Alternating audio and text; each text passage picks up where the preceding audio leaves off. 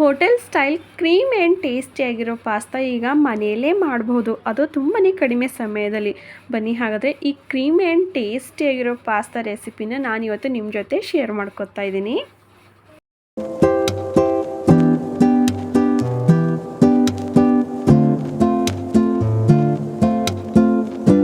Hi all, ನಮಸ್ಕಾರ ಎಲ್ಲರಿಗೂ and welcome back to Shomata Bidar YouTube channel. ಯಾರಾದರೂ ಈ ವಿಡಿಯೋ ಮೂಲಕ ನನ್ನ ಚಾನಲ್ನ ಫಸ್ಟ್ ಟೈಮ್ ನೋಡ್ತಾ ಇದ್ದರೆ ದಯವಿಟ್ಟು ಒಂದ್ಸಲ ಸಬ್ಸ್ಕ್ರೈಬ್ ಮಾಡಿಕೊಂಡು ವಿಡಿಯೋನ ನೋಡ್ಕೊಳ್ಳಿ. ಹಾಗೆ ವಿಡಿಯೋ ಸ್ಕಿಪ್ ಮಾಡಿ ಕೊನೆವರೆಗೂ ನೋಡಿ. ಇಷ್ಟ ಆದರೆ ಲೈಕ್ ಮಾಡೋದನ್ನು ಮರಿಬೇಡಿ. ಮೊದಲಿಗೆ ಗ್ಯಾಸ್ ಮೇಲೆ ಒಂದು ಪಾತ್ರೆನ ಇಟ್ಕೊಂಡು ಅದಕ್ಕೆ 1 ಗ್ಲಾಸ್ ಆಗೋಷ್ಟು ನೀರನ್ನ ನಾನಿಲ್ಲಿ ಸೇರಿಸ್ಕೊತಾ ಇದ್ದೀನಿ.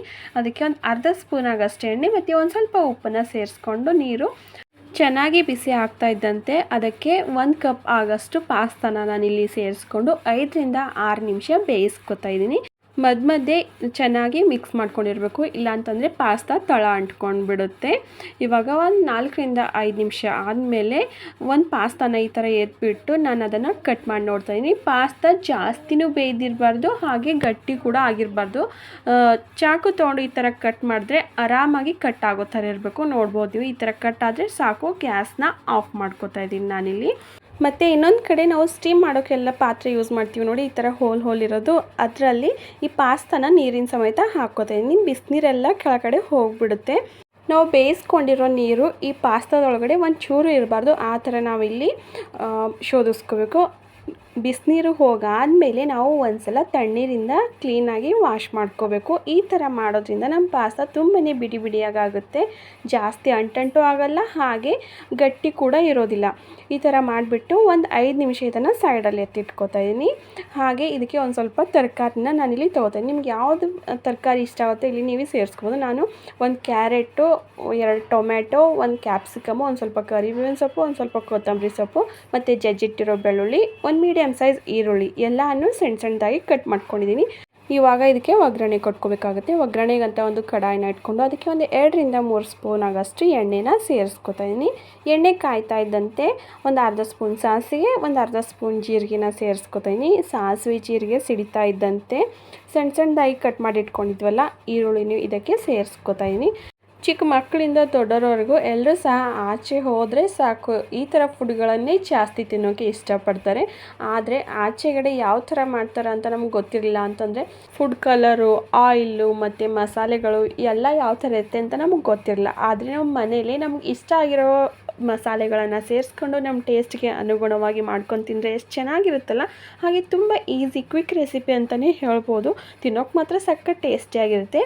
ಇವಾಗ ಈರುಳ್ಳಿ ಒಂದು ಸ್ವಲ್ಪ ಫ್ರೈ ಆಗ್ತಾಯಿದ್ದಂತೆ ಅದಕ್ಕೆ ಕರಿಬೇವಿನ ಸೊಪ್ಪನ್ನು ನಾನಿಲ್ಲಿ ಸೇರಿಸ್ಕೊತಾ ಇದ್ದೀನಿ. ಅದ್ರ ಜೊತೆಗೆ ಜಜ್ಜಿಟ್ಟಿರೋ ಬೆಳ್ಳುಳ್ಳಿನೂ ಸೇರಿಸ್ಕೊಂಡು ಎಲ್ಲನೂ ಒಂದು ಸ್ವಲ್ಪ ಕಲರ್ ಚೇಂಜ್ ಆಗೋವರೆಗೂ ನಾನಿಲ್ಲಿ ಫ್ರೈ ಮಾಡ್ಕೊತಾ ಇದ್ದೀನಿ.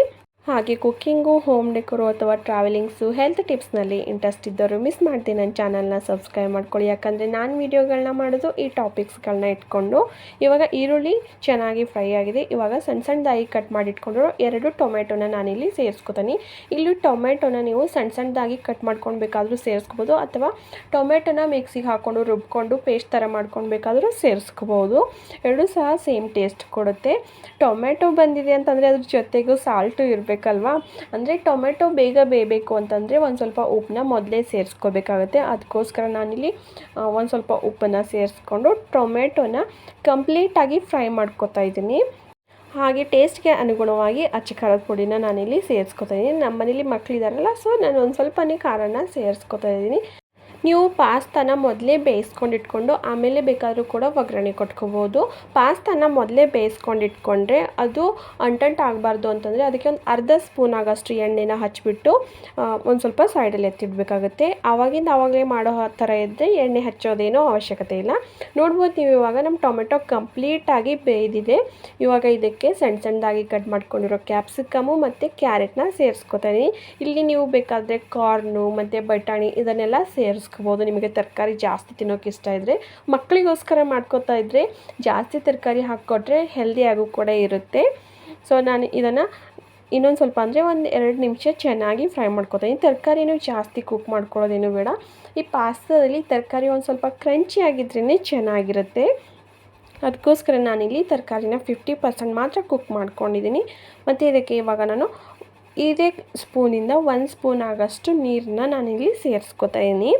ನೀರು ಸೇರಿಸ್ಕೊಂಡಾದಮೇಲೆ ಮತ್ತೆ ಒಂದು 30 to 40 ಸೆಕೆಂಡ್ ನಾನು ಇದನ್ನು ಬೇಯಿಸ್ಕೊಂಡು ಕೆಲವೊಂದು ಸಾಸಸ್ಗಳನ್ನ ಆ್ಯಡ್ ಮಾಡ್ಕೊತಾ ಇದ್ದೀನಿ. ಈ ಪಾಸ್ತಾಗೆ ಸಾಸಸ್ ಹಾಕೋದ್ರಿಂದನೇ ಒಂದು ಸ್ವಲ್ಪ ಕ್ರೀಮಿನೆಸ್ ಬರುತ್ತೆ. ಅದಕ್ಕೋಸ್ಕರ ನಾನಿಲ್ಲಿ ಒಂದು ಅರ್ಧ ಸ್ಪೂನ್ ಆಗೋಷ್ಟು ಸೋಯಾ ಸಾಸು ಮತ್ತು ಒಂದು ಅರ್ಧ ಸ್ಪೂನ್ ಆಗೋಷ್ಟು ರೆಡ್ ಚಿಲ್ಲಿ ಸಾಸು, ಹಾಗೆ ಒಂದು ಅರ್ಧ ಸ್ಪೂನ್ ಆಗೋಷ್ಟು ಕೆಚಪ್ಪು ಮತ್ತು ಒಂದು ಅರ್ಧ ಸ್ಪೂನ್ ಆಗೋಷ್ಟು ಸೆಜ್ವಾನ್ ಸಾಸ್ನ ಸೇರಿಸ್ಕೊಂಡು ಎಲ್ಲನೂ ಒಂದು ಸ್ವಲ್ಪ ನೀಟಾಗಿ ಮಿಕ್ಸ್ ಮಾಡಿಕೊಂಡು ಈ ಸಾಸಸ್ಗಳಲ್ಲಿರುವ ಹಸಿ ವಾಸನೆ ಹೋಗೋವರೆಗೂ ನಾನಿಲ್ಲಿ ಬೇಯಿಸ್ಕೊತಾ ಇದ್ದೀನಿ. ಈ ಸಾಸಸ್ಗಳೆಲ್ಲ ನಿಮ್ಮ ಟೇಸ್ಟ್ಗೆ ಅನುಗುಣವಾಗಿ ಹೆಚ್ಚು ಕಡಿಮೆ ಮಾಡ್ಕೋಬೋದು. ಚಿಕ್ಕ ಮಕ್ಕಳಿಗಂತೂ ಈ ಥರ ಕೆಚಪ್ ಹಾಕಿರೋ ರೆಸಿಪಿಗಳಂದರೆ ತುಂಬಾ ಇಷ್ಟಪಟ್ಟು ತಿಂತಾರೆ. ತರಕಾರಿ ಸಾಸ್ಗಳನ್ನೆಲ್ಲ ಒಂದು 30 to 40 ಸೆಕೆಂಡ್ ಎಣ್ಣೆಯಲ್ಲೇ ಚೆನ್ನಾಗಿ ಫ್ರೈ ಮಾಡ್ಕೊತಾ ಇದ್ದೀನಿ.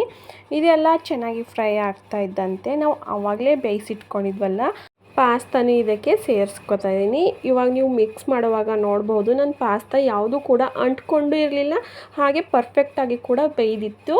ಯಾವುದೂ ಕೂಡ ಗಟ್ಟಿ ಕೂಡ ಅನ್ನಿಸ್ತಾ ಇರಲಿಲ್ಲ. ಹಾಗೆ ನೀವು ನಿಮ್ಗೆ ಇಷ್ಟ ಇದ್ದರೆ ಇಲ್ಲಿ ಚೀಸ್ ಕೂಡ ಸೇರಿಸ್ಕೋಬೋದು. ನಾನು ಚೀಸ್ ಏನು ಸೇರಿಸ್ಕೊತಾ ಇಲ್ಲ, ಹಾಗೇ ಮಾಡ್ಕೊತಾ ಇದ್ದೀನಿ. ತುಂಬಾ ಪರ್ಫೆಕ್ಟ್ ಆ್ಯಂಡ್ ಟೇಸ್ಟಿಯಾಗಿರೋ ಪಾಸ್ತಾ ರೆಡಿ ಆಗುತ್ತೆ.